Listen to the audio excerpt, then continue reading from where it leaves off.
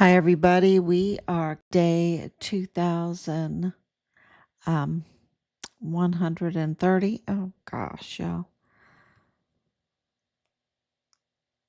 It is late. Yeah, 2,130 days since Richard was forcibly removed from his barracks room there on Fort Bliss in El Paso, Texas, taken downstairs to the arms room to take his life. It's a soundproof room. And then his body was stolen off of Fort Bliss. Fort Bliss is secure, y'all. It is secure. Lots of cameras, even cameras that are over in Juárez that are pointed at Fort Bliss. I kid you not. I showed you the tower. I showed you they have drones. They have lots of drones, and drones have been actively flying over El Paso. That has been in the news. And so, and of course, the infiltration of El Paso, government officials, government institutions, the infiltration of our military base there, including White Sands, and the DPS, the infiltration of the DPS of the FBI office. I mean, you have Michael Mayella Jr.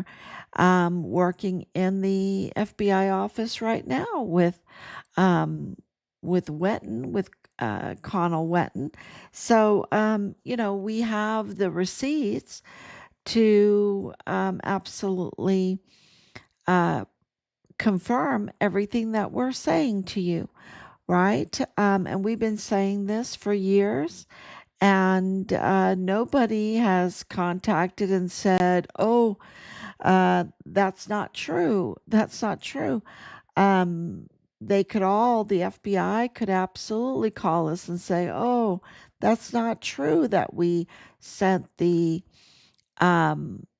lead investigators for the Walmart mass shooting case over to Juárez, or maybe they were operating with office space in Juárez under, the North Zone prosecutor's office there with their M4s. Maybe they had M4s too, but that the lead investigators for the Walmart mass shooting had a meeting with the prosecutor, Carlos Manuel Salas, or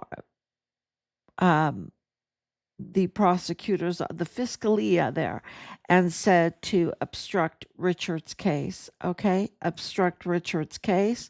Stop it in its track. Do not look for Richard's remains.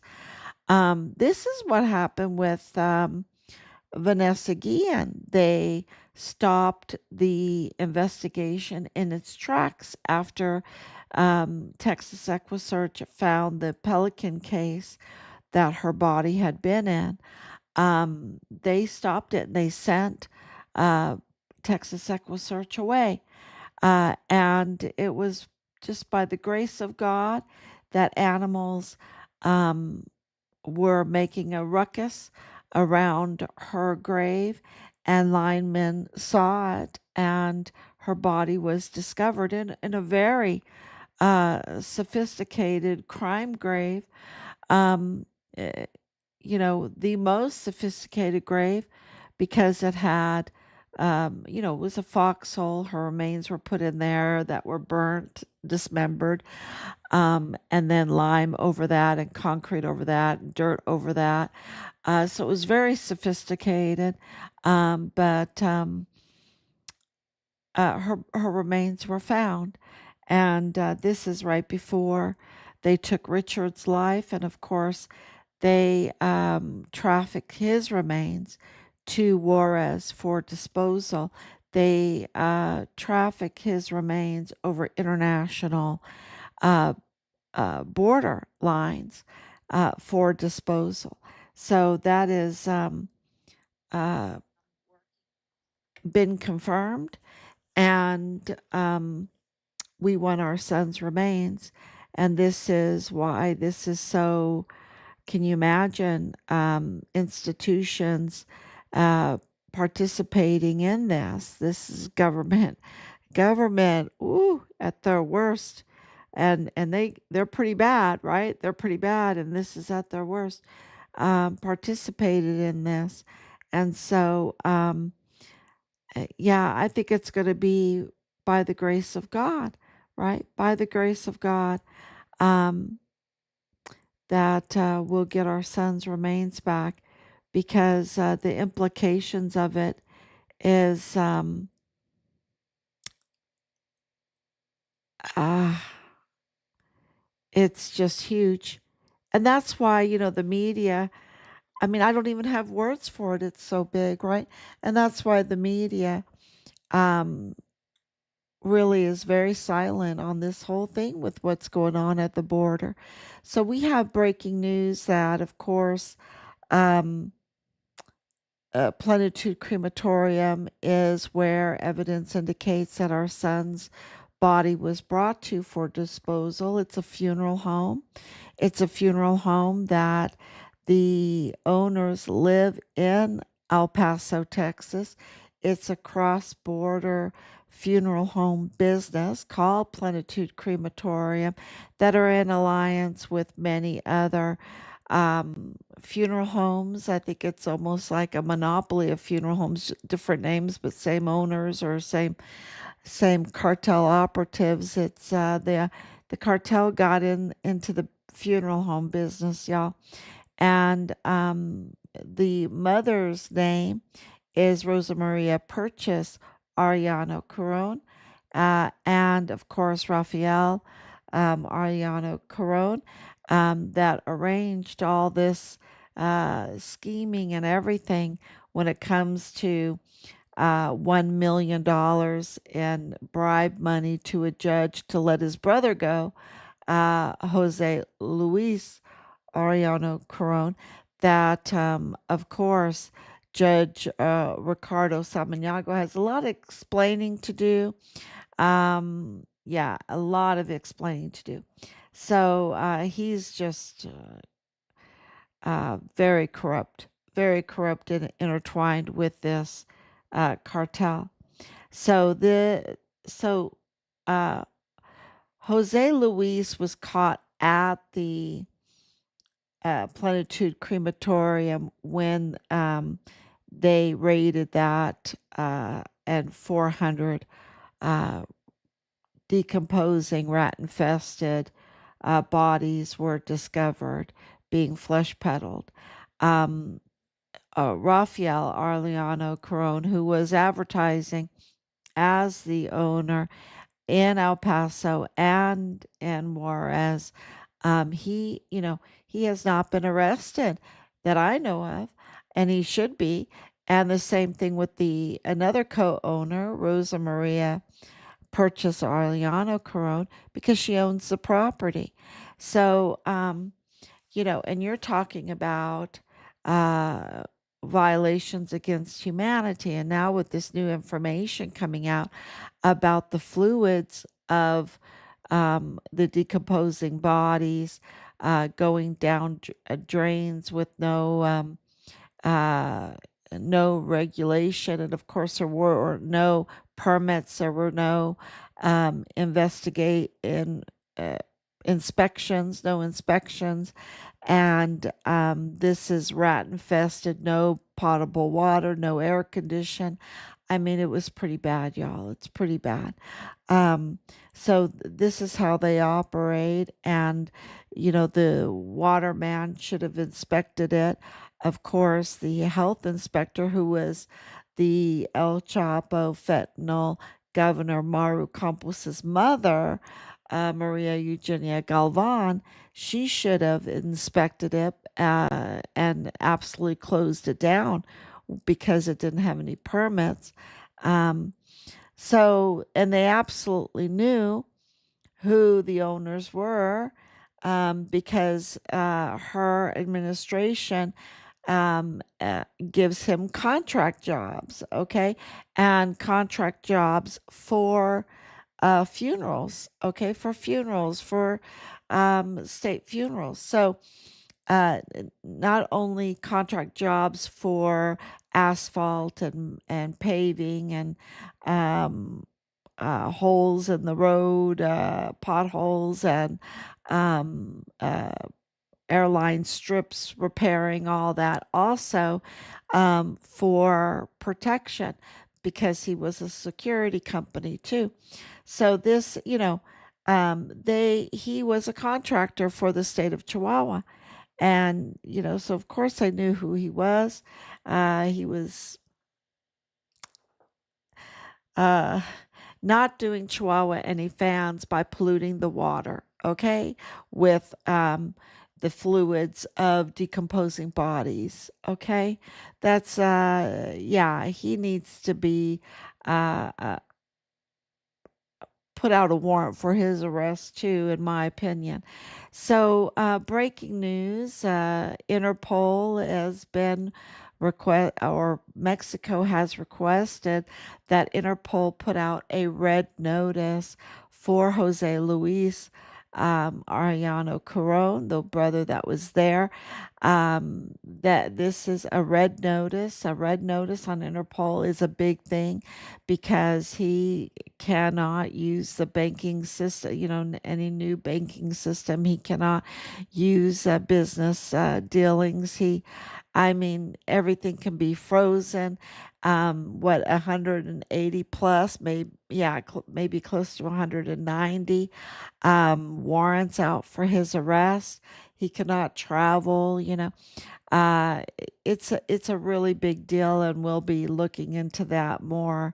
Um, as hopefully this will come out. The request is in, and looking into it, and hopefully there will be a red notice.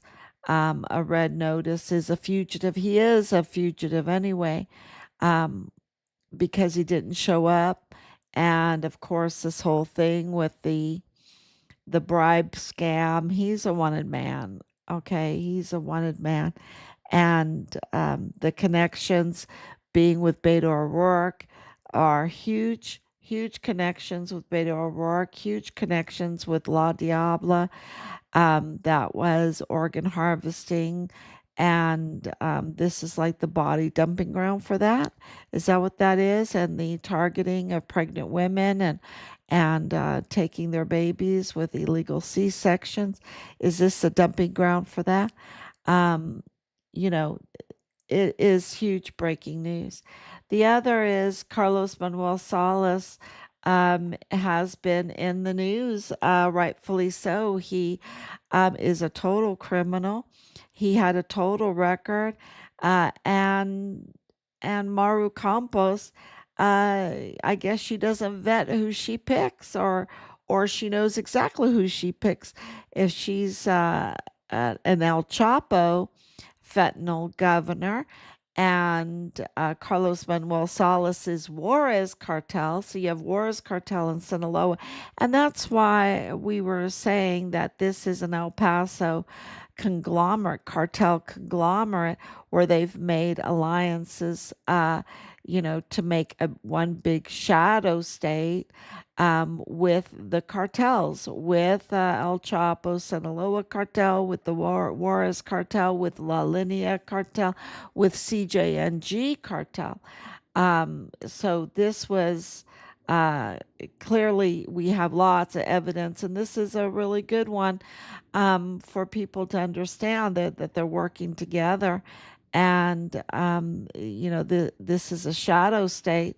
And what Maru Campos has done is treason against her homeland. So that is huge, huge news. Um, just a lot of people writing because of Bob Moore's story against him, a story against him, and it's a very, very good story and right on the money, being controlled by El Paso Community Foundation, and paying lots of money. Being, when you're an El Paso cartel facilitator like Alejandro de la Vega Foster, you can pay a lot of money to run these stories, to push these stories. And I am convinced now, more than any time in my life, that the stories are really just what they allow out and push. And that real stories, so many real stories, are just covered up. So, yeah, I hope that you take time to read these articles, and please share them. This is what we really ask, is for you to share all of the articles. And this is, big news today. There's so much big news. But I really wanted to make a point of saying, look, um, justice grinds slow, but it grinds exceedingly fine. Uh, and we're, helping it along its way. We're helping it move a little quicker.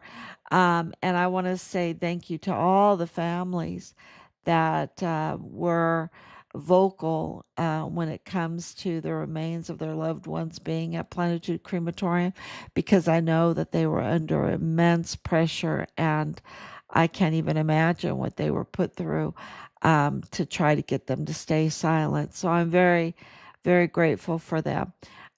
So please share all the information, and like and subscribe and share some more. And that is a huge help in us reaching out to to the public, so that we can pressure, like we've been doing, to get justice.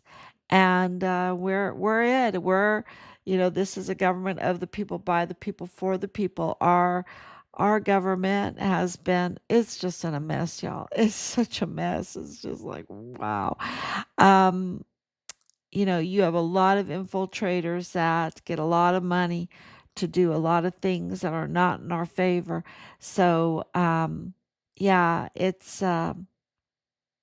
we're going to fight, right? We're going to do it the right way through the legal process. And so, what will help with that is you sharing publicly with everybody. Share privately and publicly. Share with your groups on social media. And if you have a broadcast or anything like that, God bless you for sharing some more. So thank you so much. God bless you.